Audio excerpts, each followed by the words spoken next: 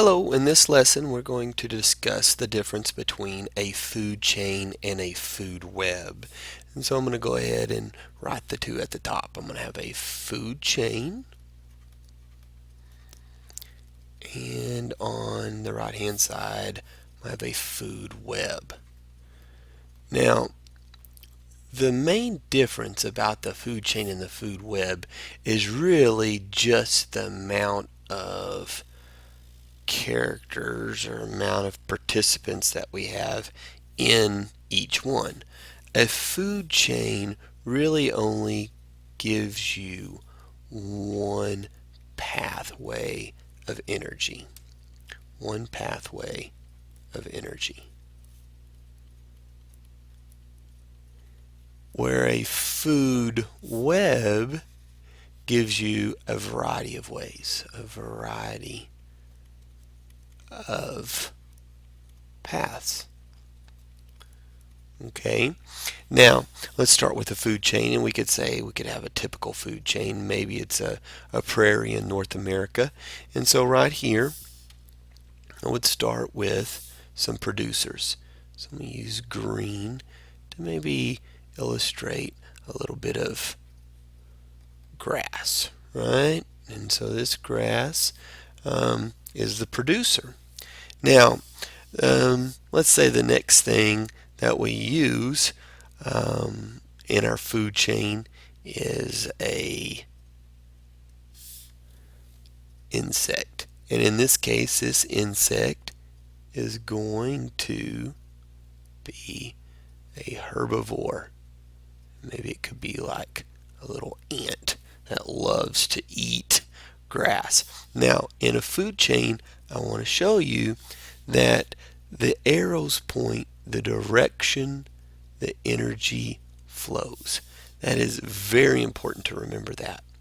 And so we could start with the producer, which is the grass.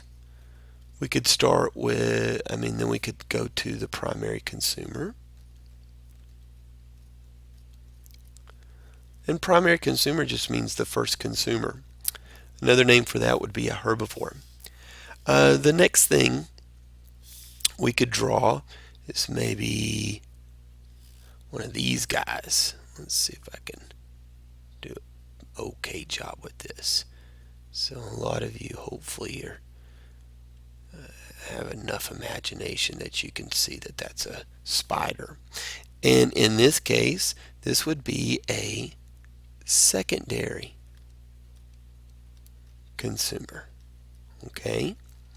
Notice that the arrow is still pointing the direction the energy flows. Now, we'll top this off, and maybe in this case, I have, this will probably be pretty tough to imagine, but I'm going to draw just the head and the beak of a little bird. And so this would be the tertiary consumer. Now that word is definitely not something that you need to remember. You just need to know that in most cases this would be called the top predator. Okay? Now, how does this differ from a food web? Well, in a food web, let's say we have several producers. Let's say I have grass and wildflowers. Okay? Both capture the energy from the sun. Both are the lowest trophic level. They're the producers. And in some cases, both are eaten by the same organisms. So let's go from grass to ants. But ants also like wildflowers, so we'll draw an arrow that way. But we could also have cows. And let's say the cows like to eat the grass. Make sure you can see that in the wildflowers also. And then we could also have deer. And let's just say in this little world, they only like wildflowers. They don't like the grass. Now, we could also have wolves. Those wolves would like eating the deer. And if they could, they'd probably eat a young calf. The ants could be eaten by spiders. Spiders could be eaten by birds. Now, the birds could be eaten by, let's say, an eagle. Even though an eagle is another type of bird, I'm going to go ahead and just differentiate between that. Let's go ahead and instead call those songbirds. Yeah, that'll work. So songbirds. Now, sometimes the songbirds would eat the ants also.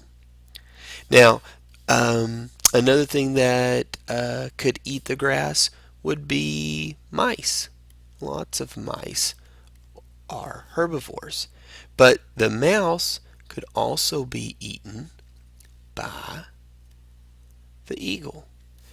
And so when you look at a food web, hopefully you see that there is more than one way for energy to flow through the ecosystem.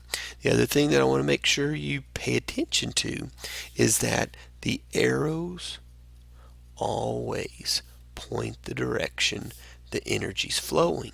That is very important because sometimes there may be organisms that you're not familiar with and you don't know who eats whom. You just don't know that.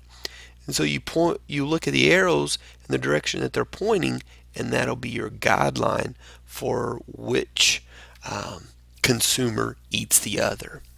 I think that's it. I mean, you should be able to tell the difference between a food chain and a food web. And if you have any more questions, maybe watch the video again or ask me when you're in class.